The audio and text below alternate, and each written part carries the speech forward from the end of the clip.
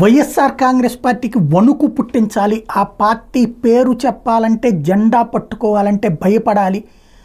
పట్టుకున్నటువంటి వాళ్ళందరినీ ఏదో ఒకటి చేస్తే కానీ ఆ భయం ఉండదు అన్నటువంటి తెలుగుదేశం పార్టీ ప్రయత్నం. అందులో భాగంగా జరుగుతున్న తాజా దాడులు, పొంగనూరులో అర్ధరాత్రి పూట ఇండోర్ స్టేడియం కూల్చివేయడం ఒక ఎత్తు అయితే, ఇంకా దాడులు అన్నటువంటిది కొనసాగుతూనే ఉన్నటువంటి, అందులో రకరకాలైనటువంటి సంఘటనలు చోటు చేసుకుంటూ ఉన్నాయి. ఎక్కడెక్కడో జరుగుతున్నటువంటి పరిణామాలు ఇప్పుడు పెద్ద ఎత్తున చర్చకు తీసుకొస్తోంది సాక్షి కూడా లేకపోతే ఆ గొడవలన్నీ బయటకు కూడా వచ్చేటటువంటి పరిస్థితి అయితే ఉండదనుకుంటాను.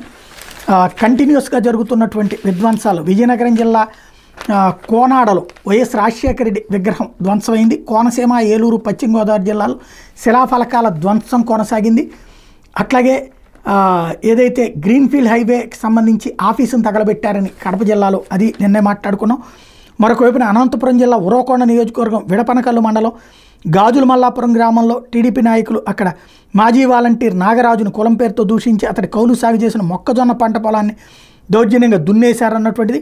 మరొక వైపున కనిగిరిలో వైఎస్ఆర్సీపీ శ్రేణుల నిర్మాణంలో ఉన్నటువంటి ఇళ్ళు ధ్వంసం చేశారు అన్నటువంటి, అక్రమ కట్టడాల పేరుతో ధ్వంసం చేశారన్నటువంటిది. మరొక వైపున తూర్పుగోదావరి జిల్లా బెక్కవోలు మండలం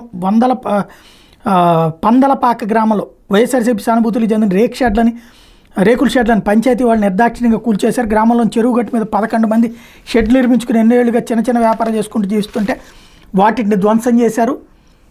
ఇది ఓవరాల్గా జరిగినటువంటిది. వైఎస్ఆర్సీపీ అన్నమయ్య జిల్లాలో ఇళ్ళు కూల్చివేశారు. అలాగే వీటికి సంబంధించినటువంటి ఇన్సిడెంట్స్.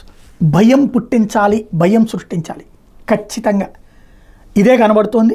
అంతా బాగానే ఉంటుంది. నేను పదే చెప్తున్నా, భయపెట్టేవాడు మళ్ళీ భయపడతాడు. భయం అన్నటువంటిది ఒకడికి శాశ్వతం కాదు, అది గుర్తుపెట్టుకోవాల్సిన అంశం.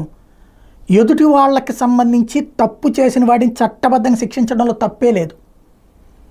చట్టాన్ని చేతుల్లోకి తీసుకుని శిక్షిస్తే చట్టం చుట్టమైతే రేపొద్దున అవతల వాళ్ళు అదే పరిస్థితి చేస్తే, ఇవాళ వైసీపీ వాడు రోడ్డును పడితే రేపు తెలుగుదేశం వాళ్ళు రోడ్డును పడితే ఎవరు ఫైనల్గా?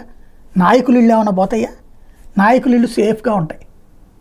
పోయేది గ్రౌండ్ లెవెల్లో, అది గుర్తుపెట్టుకోవాల్సిన అంశం.